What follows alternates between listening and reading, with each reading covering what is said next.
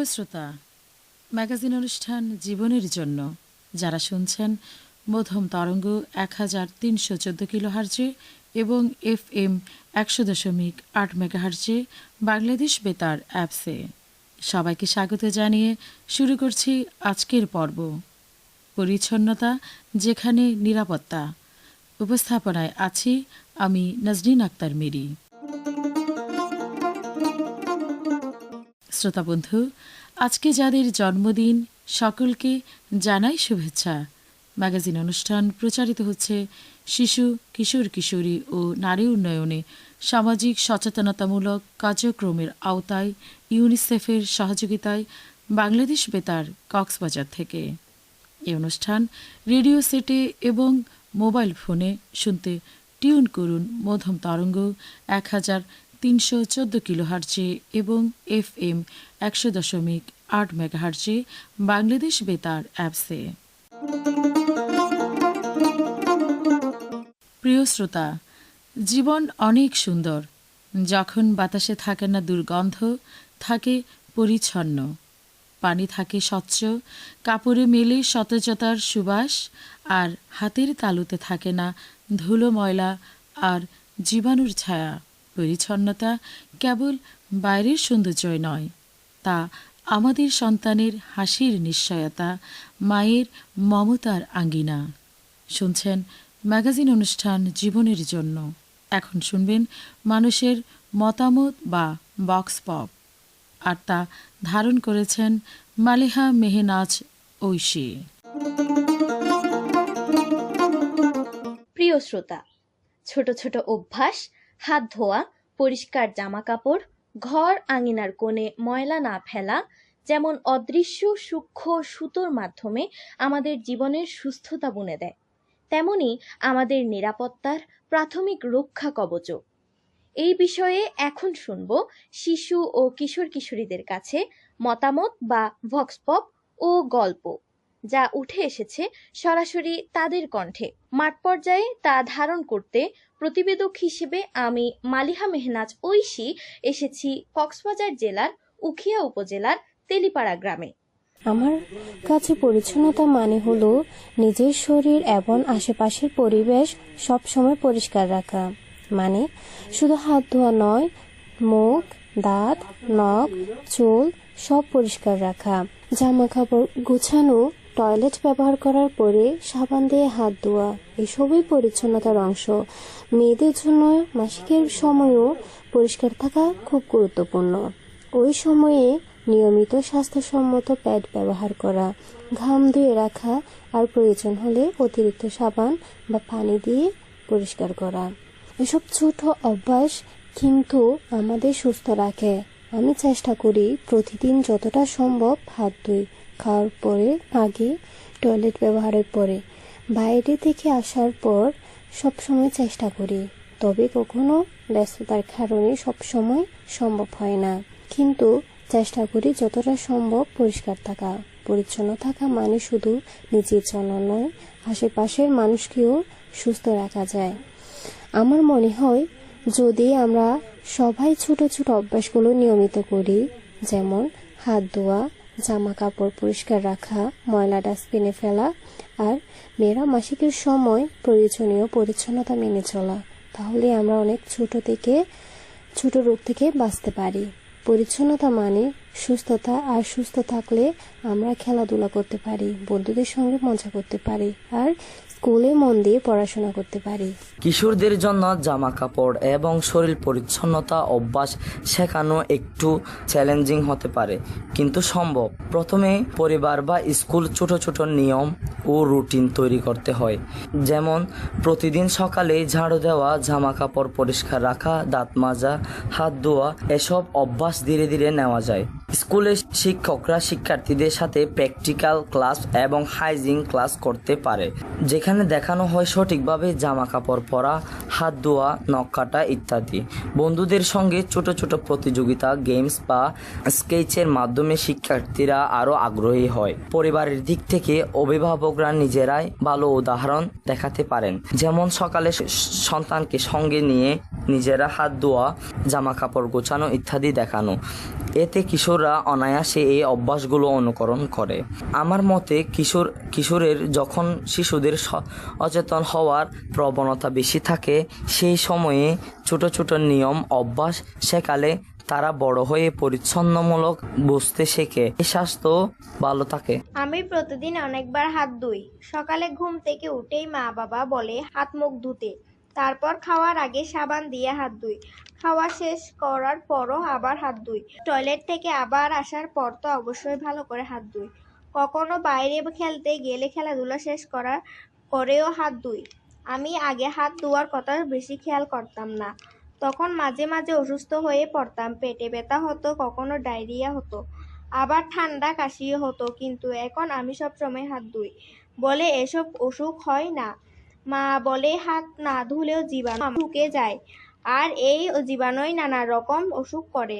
আর এখন আমি খাওয়ার আগেও পরে এবং টয়লেটে ব্যবহার করে হাত ধুই, তাই আমাকে এখন কোনো জীবাণু আক্রমণ করে অসুস্থ হয়ে পারে না। আসসালামু আলাইকুম।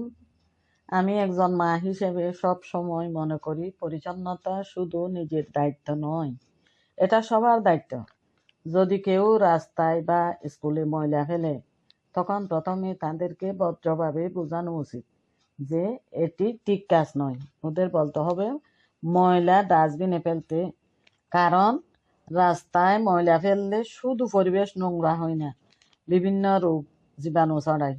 আমি আমার সন্তানকে সবসময় শিখাই যেখানে সেখানে ময়লা ফেলা যাবে না, ডাস্টবিন ব্যবহার করতে হবে। আমাদের বাসায় চারপাশে পরিষ্কার রাখার জন্য আমরা কিছু নিয়ম মেনে চলি, যেমন সকালে বাড়ির আঙ্গিনা ঝাড়ু দেওয়া, পানি জমতে না দেওয়া যাতে মশা না জন্মায়।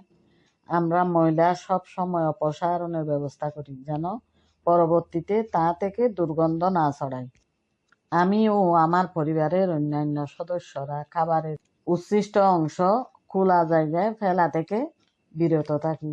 আমার মনে হয় যদি প্রতিটি পরিবার তাদের নিজ নিজ বাড়ির চারপাশ পরিষ্কার রাখে, তাহলে পুরো সমাজটাই পরিষ্কার থাকবে। আর শিশুরা ছোট থেকে এসব শিখলে ওরা বড় হয়ে নিজেরা সচেতন নাগরিক হবে। প্রিয় শ্রোতা, বাসার চারপাশে ময়লা ফেললে মশা, মাছি আর ইঁদুর বয়ে আনে অসুখ। প্রতিরোধের মন্ত্র আছে। যদি নিয়মিত হাত ধুই, খাবারের আগে ও পরে এবং টয়লেট ব্যবহারের পর।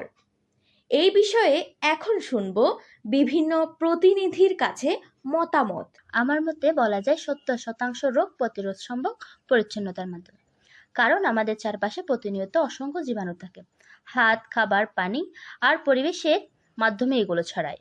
আমরা প্রতিদিন যেই অসুখগুলো দেখি, যেমন ডায়রিয়া, আমাশয়, জন্ডিস, টাইফয়েড, চর্মরোগ কিংবা শ্বাসতন্ত্রের আক্রমণ, এসবের মূল কারণই হলো অপরিচ্ছন্নতা।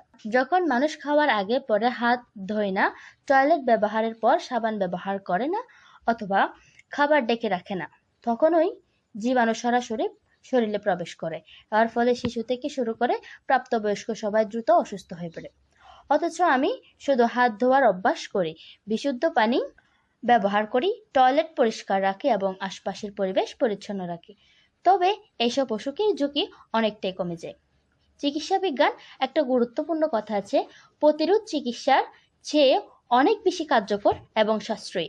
একজন রোগী অসুস্থ হলে তার ওষুধ দিতে হয়, হাসপাতালে ভর্তি করতে হয়, অনেক টাকা খরচ হয়, কিন্তু যদি সেই শুরুতেই পরিচ্ছন্নতার মাধ্যমে রোগ প্রতিরোধ করে, তবে এসব খরচ এবং কষ্ট দুটোই এড়ানো যায়। তাই আমি বলবো আমাদের প্রত্যেকের উচিত পরিচ্ছন্নতাকে অভ্যাস পরিণত করা।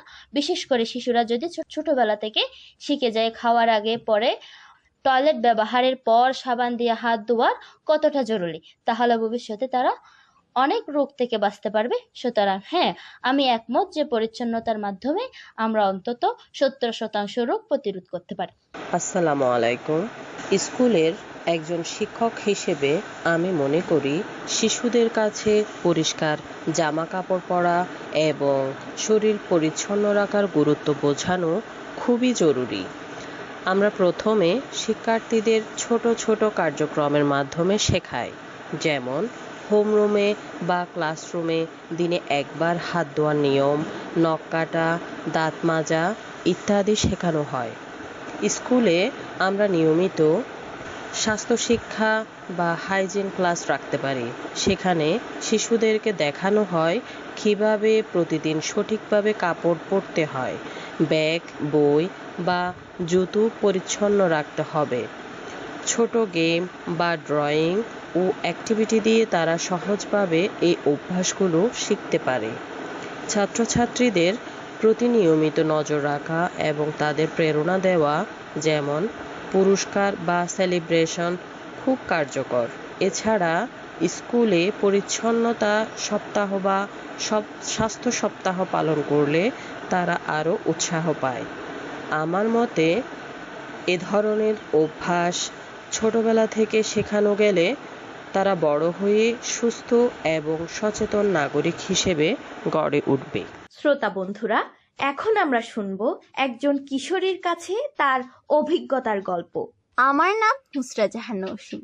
অন্ধকারে দাঁড়িয়ে আছে জমে থাকা আবর্জনার এক পাহাড়। কাকেরা ঘুরে বেড়ায়, ইঁদুরেরা সুড়ঙ্গ বানায়, আর ভেতরে লুকিয়ে আছে পচা খাবারের গন্ধ, ছেঁড়া জুতোর চামড়া, ভাঙা প্লাস্টিক, মরা মাছের হাড় আর গলে যাওয়া মাংসের দুর্গন্ধ। গলির পাশ দিয়ে নাকে হাত চাপা দিয়ে দৌড়ে পার হতে হতো। স্কুলে গেলে অনেকের জামা গন্ধ ছিল আবর্জনার পাহাড়ের থেকেও তীব্র। ক্লাসের একজনকে ডাকতাম গন্ধওয়ালা। তার জামা থেকে এমন তীব্র গন্ধ বের হতো যেন পাহাড়টা ক্লাসে নেমে এসেছে। শ্বাসরুদ্ধ হয়ে মানুষ পালায়। খেলাধুলার পর অনেকে হাত ধুতে ভুলে যায়, আবার মাটিতে বসে জামাও নোংরা করে। চারপাশে কত ময়লার ড্রেন, রাস্তার কোণের আবর্জনা, পোকামাকড়, মশা মাছির অতিষ্ঠ করে তুলছিল আমাদের জীবন। আমাদের বসতি নিরাপদ ও পরিষ্কার রাখা আমাদের দায়িত্ব। দেশটা আমার, সমাজটাও আমার। তাই দেশ ও সমাজের কল্যাণে সবাইকে পরিবেশ সংরক্ষণ ও দূষণ প্রতিরোধে এগিয়ে আসতে হবে।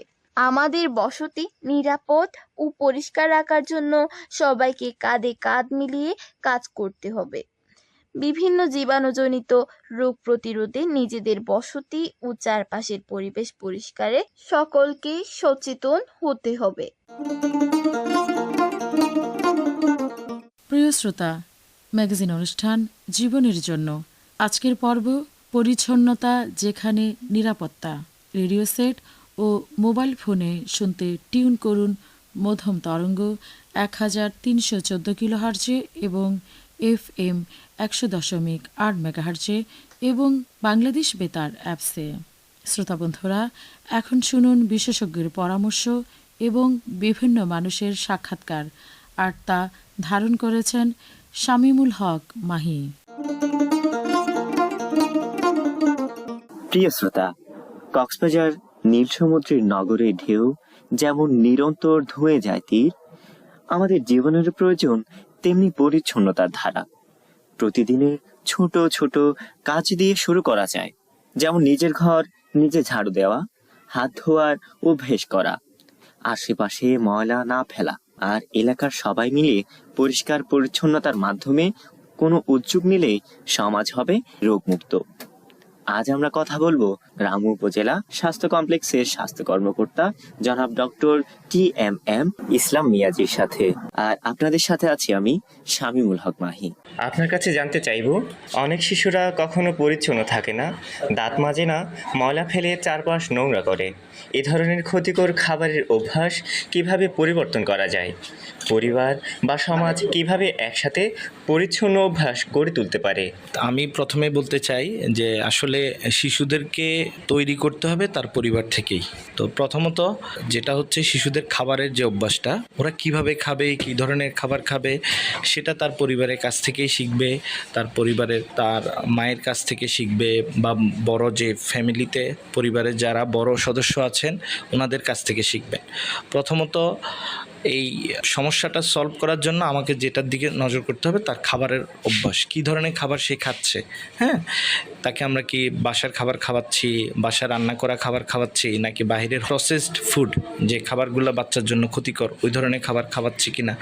ওই ধরনের খাবার খেলে শিশুর জন্য, স্বাস্থ্যের জন্য খুবই ক্ষতিকর। তো সেই ক্ষেত্রে আমার খাবারের ক্ষেত্রে খেয়াল রাখতে হবে আমরা বাসার তৈরি করা খাবার খাওয়াবো। কিভাবে সে পরিষ্কার পরিচ্ছন্ন থাকবে, তো সেটা হচ্ছে শিশু তো জানে না সে কিভাবে পরিষ্কার পরিচ্ছন্ন থাকবে। তাকে সেই অভ্যাসটা গড়ে তুলতে হবে আমাদেরকেই বলতে হবে তুমি খাবার সময় খাবার কিভাবে খেতে হবে, খাবার কিভাবে বাহিরে না পড়ে খাবারটা কিভাবে সুন্দর করে খেতে হবে। এটা আমাদের পরিবারের যারা বড় সদস্য, অন্যান্য সদস্য আছে তারাই ওনাদেরকে সেটা শিখাবেন। যেমন সে প্রতিদিন ঘুম থেকে উঠবে, ঘুম থেকে ওঠার পরে তাকে হাত মুখ ধুতে হবে, ব্রাশ করতে হবে। এই অভ্যাসটা আমরাই তাদেরকে শিখাবো।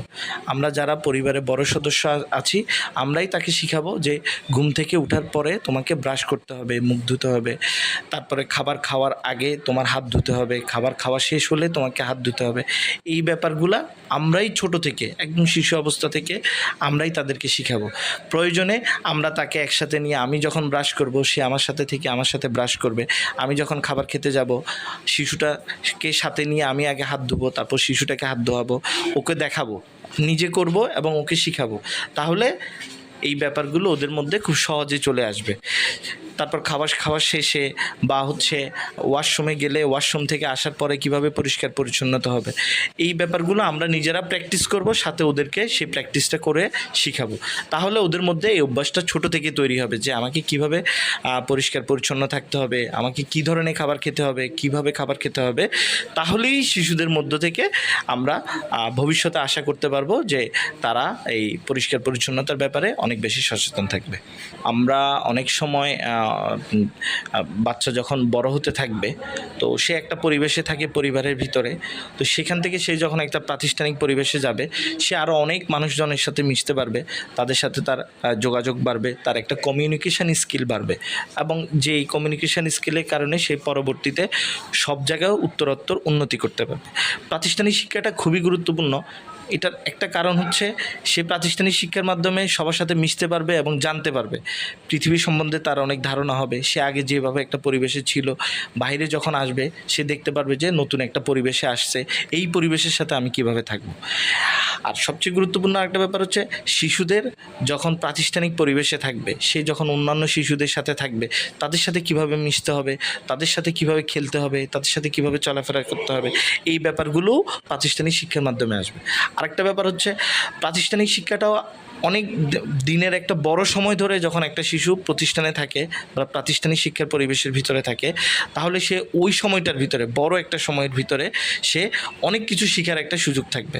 যেমন আমরা যদি বলি সে প্রাতিষ্ঠানিকভাবে শিখবে আমরা ময়লা আবর্জনা কোথায় ফেলবো, যেখানে সেখানে ময়লা আবর্জনা ফেলবো না, একটা নির্দিষ্ট ঝুড়িতে ময়লা আবর্জনা ফেলবো, যেখানে সেখানে কপ থুতু ফেলবো না, কপ থুতু ফেলার যে জায়গা নির্দিষ্ট জায়গা আছে সেখানে ফেলবো।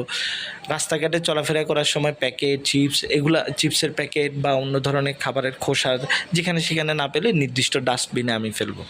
এই ব্যাপারগুলো প্রাতিষ্ঠানিকভাবে শেখা যাবে। প্রিয় শ্রোতা, ছোট হাতের ছোট ছোট কাজেই বড় নিরাপত্তার হাতিয়ার। পরিচ্ছন্ন থাকুন। নিরাপদ থাকতে আমাদের সমাধান এবং উদ্যোগ কি হতে পারে সে অসাধারণ ভাবনা শুনুন এখনকার পরিবেশনায়। আমার নাম মুর্শিদা তুহিন। আমি একদম কিশোর। আমি আগে যখন স্কুল ছুটির পর খেলতে যেতাম তখন প্রায় আমার কাপড় চোপড় নোংরা হয়ে যেত, কিন্তু আমি ভালোভাবে স্বাস্থ্যবিধি মেনে শরীর পরিষ্কার করতাম, তাই এখন আমি সুস্থ। কিন্তু আমার অনেক বন্ধু আছে যারা খেলার পরে হাত মুখ দিয়ে নেয় কিন্তু সাবান বা হ্যান্ড স্যানিটাইজার দিয়ে পরিষ্কার করতো না। তাই আমার বন্ধু শিফাতের শরীরে চর্মরোগ দেখা দিয়েছে। তাই আমাদের উচিত আমাদের চারপাশ এবং আমাদের জামা কাপড় পরিষ্কার রাখা। আসসালামু আলাইকুম, আমার নাম ইশরাত জাহান নিশপা। আমি একজন কিশোরী। সাধারণত পরিবারে পরিষ্কার পরিচ্ছন্ন থাকার ক্ষেত্রে আমি আমার বাবা মাকে অনুসরণ করি। আমার স্কুলে বিভিন্ন দল তৈরি করা হয়েছে যাতে স্কুলের পরিচ্ছন্নতা বজায় রাখা যায়। সেখান থেকেও আমি নিজেকে পরিচ্ছন্ন রাখার বিষয় সম্পর্কে জেনেছি। এছাড়াও বড়রা যদি নিয়মিত পরিচ্ছন্ন থাকেন তবে শিশুরাও তা স্বাভাবিকভাবে গ্রহণ করবে। প্রিয় শ্রোতা, বিশ্বের দীর্ঘতম প্রাকৃতিক সমুদ্র সৈকত কক্সবাজার আজ যেন ভুগছে এক অদৃশ্য রোগে। রাস্তাঘাটে ড্রেনের গভীরে জমে থাকা ময়লার স্তর, প্লাস্টিকের বোতল, কাপ আর পলিথিনের স্রোতে সৈকতের বালুকে বেলা হারাচ্ছে তার স্বাভাবিক দীপ্তি। ডায়রিয়া, চর্মরোগ কিংবা ইকোলাই সংক্রমণের ভয় বাড়ছে। অপরিষ্কার জামা কাপড়ে ঘামের গন্ধের সাথে ধুলোর আস্তর ডেকে আনে শ্বাসকষ্ট আর চর্মরোগ। পরিচ্ছন্নতা হয়ে উঠুক নিরাপদ জীবন রক্ষার শিল্প। আমাদের শিশুর হাসি হোক কক্সবাজারের অমলিন সৌন্দর্য। প্রিয় শ্রোতা, অনুষ্ঠান সম্পর্কে সুনির্দিষ্ট মতামত জানাতে পারেন বাংলাদেশ বেতার কক্সবাজার ফেসবুক পেজে এবং ওয়েবসাইটে।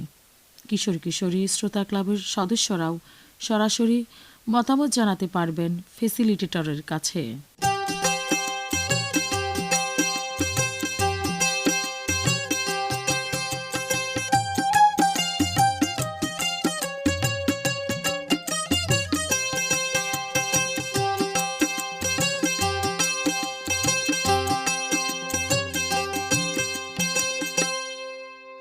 প্রিয় শ্রোতা, সকলের সুস্থতা কামনা করে আজকের মতো এখানে শেষ করছি ম্যাগাজিন অনুষ্ঠান জীবনেরই জন্য।